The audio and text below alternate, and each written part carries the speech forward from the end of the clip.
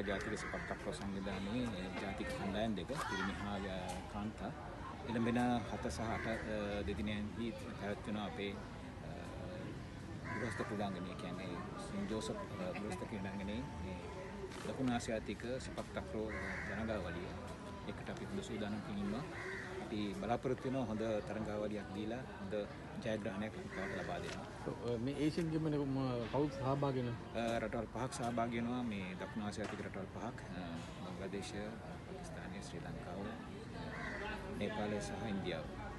කොහොමද එතකොට මේ දැන් කාන්තා පිරිමි කාන්තා මේ තරඟ දෙකක් තියෙනවා. කියන්නේ කොඩ් හා රෙගු කියලා.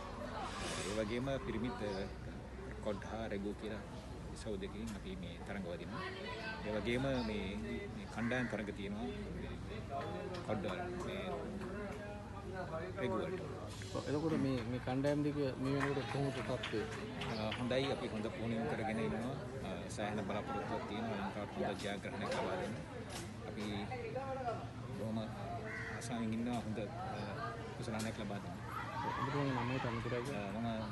මම චිබ්ලි මර්ජාන් ශ්‍රී ලංකා ජාතික සෙපක් තක්රෝ කණ්ඩායමේ කළමනාකරු පිරිමි. ඒකම ගමු ආපහු